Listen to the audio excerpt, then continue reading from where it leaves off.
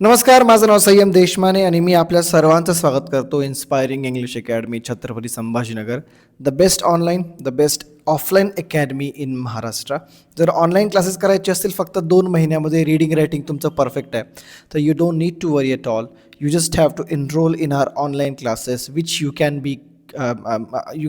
B attending in all over Maharashtra. तुम्ही कुठेही बसलेले असाल, तुम्ही इंग्रजी बोलू शकता, शिकू शकता. ओके, सो आज आहे आपला डे नंबर 20वा दिवस आहे आणि खूप चांगल्या प्रकारे आपण शिकत आहोत. वाचायला आणि लिहायला शिकवत आहे, बिलकुल बेसिक आहे आणि हे तुम्हाला माहीत असलं पाहिजे. जर तुम्हाला बोलायला शिकायचं आहे, त्याच्याशिवाय तुम्ही बोलायला शिकू शकत नाही. If you want to get the book that I am holding or through which I am teaching you guys, you can definitely text us on the given number and we will definitely send this book to you at your doorstep without any hesitation or without any extra postal charges. So ज्यांना हे book घ्यायचं आहे ते सगळी information डिस्क्रिप्शनमध्ये आहे, बघू शकता आणि ऑर्डर करू शकता. ओके, 7 दिवसामध्ये बुक तुमच्या घरी येईल. 20वा दिवस आहे. याआधी आपण प्ल्युरल वाक्यांना, प्ल्युरल सेंटेन्सेसना किंवा प्ल्युरल वर्ड्सला कसं वाचायचं, दॅट्स व्हॉट वी लर्न्ड, हे आपण शिकलो होतो. ठीक आहे, कसं वाचायचं प्ल्युरलला वापस रिवाईज करून घेतो. कधीही प्ल्युरलला वाचायचं असेल तुम्हाला तर एस, स, झ किंवा इज अशा प्रकारचं प्रोनाऊन्सिएशन जनरली शेवटी येत असतं. उदाहरणार्थ बॅग्ज, ज, बॅग्ज, बुक्स तर स आलं. ठीक आहे, आणि कॅबेजेस, एज शेवटी एज झालं. तर अशा प्रकारे आपण स, हाफ स, अर्धा स, ज आणि इज अशा प्रकारचे एक समजा एंडिंग क्लॉज आपल्याला भेटलं, एंडिंग सिलॅबल आपल्याला भेटतं, ज्याच्या थ्रू आपण प्ल्युरल वर्ड्सला वाचू शकतो. ज्याच्या शेवटी एस, ES, SH वगैरे असेल त्या ठिकाणी आपण वाचू शकतो. आज आपण अजून एक पार्ट क्लिअर करणार आहे आपल्या रीडिंगमधला, विच इज जर तुम्हाला पास्टचे सेंटेन्सेस वाचायचे असतील. पास्टचे सेंटेन्सेस म्हणजे काय की जर का आता बघा, एक गोष्ट लक्षात ठेवा, मराठीमध्ये जर का मला पास्टमध्ये बोलायचं, उदाहरणार्थ मी अभ्यास करतो. ठीक आहे, मी ओके साईज जास्त आहे. ओके, मी म्हटलं मी अभ्यास करतो. करतो म्हटल्यावर तुमच्या डोक्यामध्ये काय येतं भाई? करतो. तुम्हाला आता हे टेन्सचा पार्ट दुसरा आहे, हा मी तुम्हाला माझ्या स्पोकनच्या ऑनलाईन क्लासमध्ये शिकवत असतो, पण या ठिकाणी बेसिक सांगतोय तुम्हाला. करतो म्हणजे काय? मी तुम्हाला म्हटलं की यार मी रोज गोळ्या घेतो. घेतो म्हटलं मी आता घेताय का गोळ्या? नाही, रोज घेतो भाई, मी रोज घेतो. एखादी गोष्ट हॅबिट आहे, तर यावेळेस आपण करतो असा शब्द बोलतो. करतो, घेतो, खातो, पितो, उठतो, बसतो, जातो, समजलं. पण मला म्हणायचंय की यार मी केलं, मी गोळ्या घेतल्या, तर मग आपण शब्दामध्ये चेंज करतो. बघा, तो इथं करतोय, इथं केलाय, तर बघा या ठिकाणी चेंज झालं, या ठिकाणी चेंज झालं, राईट. सो जर का आपल्याला एखादी क्रिया झाली आहे, भूतकाळामध्ये झाली, तर आपल्याला क्रियापदामध्ये काही ना काहीतरी चेंज करावा लागतो. बरोबर, करतो, केला, खातो, खाल्ले, ला, ले, हे मराठीमध्ये अशा प्रकारचं चेंज होतं. पण इंग्लिशमध्ये जर तुम्हाला चेंज करायचं असेल तर तुमच्याकडे वर्ड आहे, व्हर्ब आहे. ठीक आहे, तर व्हर्बला जनरली ईडी हे प्रत्यय लागत असतं. काय लागतं? वापस सांगतो, ईडी हे प्रत्यय लागत असतं. मग ईडी ज्या व्हर्बच्या शेवटी आहे त्याला वाचायचं कसं? व्हर्ब म्हणजे क्रिया, खाणे, पिणे, उठणे, बसणे. जसं मराठीमध्ये क्रियापद असं म्हणतात, तसं इंग्लिशमध्ये याला ईडी, क्रिया असं म्हणत असतात. ठीक आहे ना, व्हर्ब असं म्हणत असतात. सो या व्हर्बला जर का पास्टमध्ये करायचं आहे किंवा थर्ड फॉर्ममध्ये करायचं, एवढं लक्षात घ्या. जास्त डीपमध्ये जाऊ नका, कारण तुम्ही तेवढं हँडल नाही करू शकणार. ओके, एवढं लक्षात घ्या, पास्टमध्ये करायचं किंवा ज्याच्या शेवटी ईडी हा प्रत्यय लागतो ना, त्याला वाचायचं कसं, that's what we are going to see. आणि जनरली आपण पास्टमध्ये सेंटेन्स करताना ईडी हे लागतच असतं. तुम्हाला समजलं पाहिजे की कसा उच्चार करायचा आहे. ठीक आहे, अजूनपर्यंत चॅनल लाईक, शेअर, सबस्क्राईब केलं नसेल तर प्लीज करून घ्या. जनरल सांगतोय की जर समजा एखाद्या शब्दाच्या शेवटी ईडी आहे, बघा या ठिकाणी सुद्धा दिलंय, डी आहे किंवा ईडी असं काही असेल, तर त्या ठिकाणी तुम्हाला उच्चार ट, ठीक आहे, ड आणि अड, अड किंवा अड असा उच्चार तुमचा शेवटी आला पाहिजे. बघा नीट लक्षात घ्या, ड, ओके, ट आणि अड. आता तुम्ही म्हणसाल की सर हे ड कुठे लावायचं, ट कुठे लावायचं नाही आहे.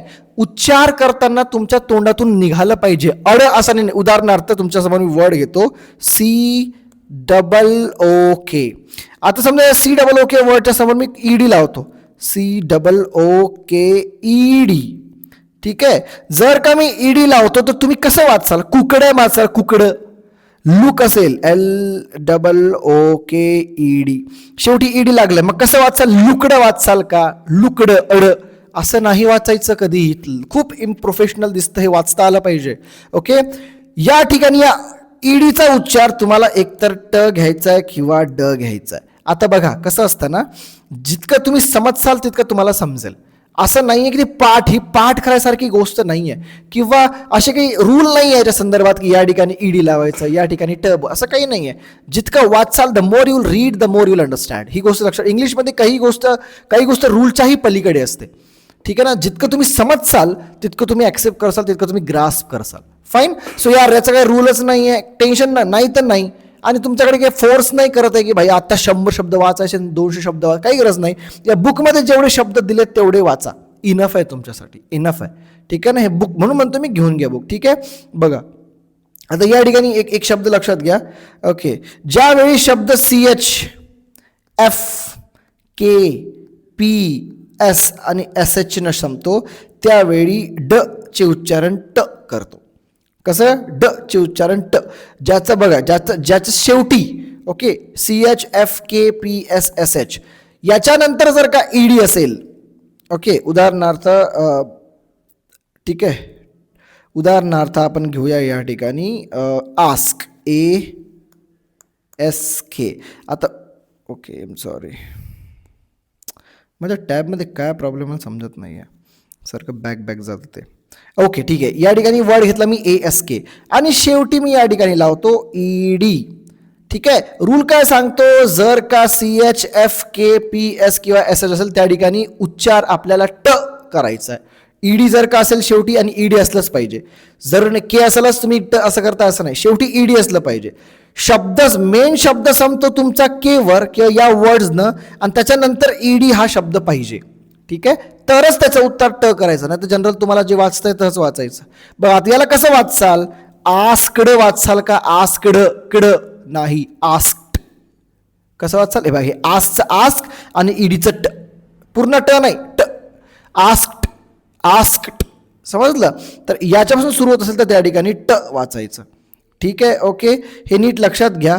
ड कसं वाचायचं बघा, कोणकोणते वर्ड्स आहेत या ठिकाणी. आता हे आस्क शब्द आहे, आस्क असेल तर आणि शेवटी ईडी आहे, तर तुम्हाला याचं ट घ्यायचं. आस्क्ड, अटॅच्ड, अटॅच्ड, शेवटी ईडी आहे, अटॅच्ड नाही, अटॅच्ड.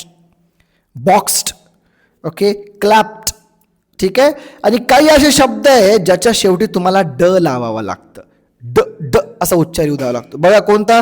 अलाउड, अलाउड नाही, या ठिकाणी ट नाही म्हणायचं भाई, ट म्हणायचं नाही. बाकी बघा, याच्या व्यतिरिक्त बाकी जेवढे आहेत त्या ठिकाणी ड चा वापर करायचा. बघा या ठिकाणी शेवटी W आहे, या ठिकाणी W कुठंच नाही आहे.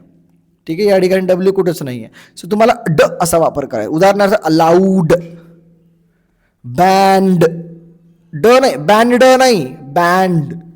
Called, carried. माझा ड चा उच्चार बघा तुम्ही, म्हणून माईक जवळ लावलाय. ड चा उच्चार बघा माझा, कॅरीड नाही म्हणत आहे मी, कॅरीड. Called, okay, band.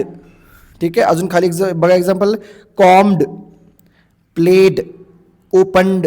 ठीक आहे. आणि जर का समजा त्या शब्दांपासून एंड होत असेल CH, KE, तर त्या ठिकाणी तुम्हाला ट चा उच्चार करायचा. या ठिकाणी वॉच आहे, CH शेवटी एंड होतोय, तर ईडीचा उच्चार तुम्ही ड नाही करणार, ट करणार. Watched, laughed. समजलं? अशा प्रकारे. ठीक आहे. तर तुम्ही ट शिकला आणि ड शिकला, ट पण शिकला, ड पण शिकला. अजून एक आहे इड, शेवटी ज्याचा उच्चार इड असा होतो, इड. उदाहरणार्थ अवॉइड. आता बघा, ज्याच्या शेवटी डी असेल जनरल तर शेवटी इड लागतं. बघा या ठिकाणी डी न एंड होतोय, डी न एंड होतोय. ठीक आहे ना, डी न एंड होतोय. ओके, टी न एंड होतोय. ओके, अशा पॅटर्न लक्षामध्ये घ्या आणि मग समजायचं ट्राय करा.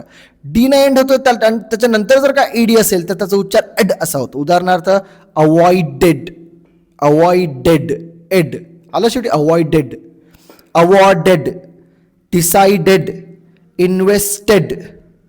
ठीक आहे. टी असेल तर त्याच्यानंतर सुद्धा डी, ST असेल तर शेवटी ईडी चा उच्चार अड असा होतो. ठीक आहे. प्लांटेड, वेस्टेड, ॲक्सेप्टेड, टी असेल तर ओके. पुढे कंपॅनियंट, अंट, अंट आलं. डिनाईड, इड आलं, डिनाईड आय असेल. बघा पॅटर्न काय लक्षात आलं तुमच्या. मग जर का टी असेल, जर का डी असेल किंवा जर का आय असेल. ठीक आहे. बघा शेवटी लक्षात ठेवा त्या ठिकाणी इड असा वापरायचा आहे. अकंपनीड, डिनाईड, ॲस्टॉनिश्ड या ठिकाणी ट असायला पाहिजे. सॉरी या ठिकाणी चुकलं. सप्लाईड, रिमाइंडेड, डेड, रिमाइंडेड, एड शेवटी एड येऊ लागलंय. ठीक आहे. Decided, reminded. तर अशा प्रकारे तुम्हाला लक्षामध्ये घ्यायचं आहे. Decided, invested. आता जी याच्यासोबत बुक्स तुमच्या घरी आल्यानंतर तुम्हाला सांगा म्हटलं होतं मी, एक एक्स्ट्रा प्रॅक्टिस बुक पाठवेल त्याच्या माध्यमातून यू हॅव टू स्टडी, तुम्हाला स्टडी करायची आणि समजायचं आहे. खूप सिम्पल कन्सेप्ट, इतका हार्ड कन्सेप्ट नाही आहे. फक्त जर का पास्ट ज्याच्या शेवटी ईडी असेल, प्रत्येकाच्या नाही, ज्या वर्डच्या शेवटी ईडी असेल त्याचा उच्चार वापस रिवायझिंग घेतोय. एक तर ट किंवा ड किंवा अड किंवा इड असा लक्षामध्ये ठेवायचा आहे. आय होप तुम्हाला समजलं असेल. Thank you so much for watching this video. हे बुक लवकरात लवकर आपल्याकडे मागून घ्या. प्रॅक्टिस करा शब्द वाचण्याचा. The more you will read, the more you will understand, the more you will pronounce right. जर वाचणारच नाही, रूल समजून घेताय तर रूल समजून कशाला घेताय तुम्ही. जेवढं वाचण्यासाठी रूल समजून घेताय ना, आणि जर वाचणंच होत नाही तुमचं, वाचतच नाही तर रूल समजून काय करसाल. ठीक आहे. So read. चुकलं तर चुकू द्या, तुम्हाला चुका करायला कोणी मना करत नाहीये भाई. घरी 100 चुका करसाल पण जे ॲक्च्युअली बोलायची वेळ येईल ना तेव्हा तुम्हाला रिग्रेट होईल की यार तिथं चुका केली असं तर परवडलं असतं, इथं चुका नव्हत्या करायला पाहिजे. समजलं. म्हणजे ॲक्च्युअल जेव्हा वेळ येईल तेव्हा तुम्हाला चुका नाही करायच्या. त्याच्या आधी प्रॅक्टिस करून जा भरपूर. आणि प्रॅक्टिस कशी होणार, अशी होणार. The more you will read, again सांगतोय, the more you will read, the more you will understand, the more you will pronounce right. Otherwise, you would not pronounce right, and you would put your necks down. Okay, that's it. Thank you so much. We'll see you in the next video. And like, share, subscribe करा. Book मागून घ्या. Online offline क्लासेसच्या batches माझ्या सुरू झालेल्या आहेत. लवकरात लवकर जॉईन करा. थँक्यू.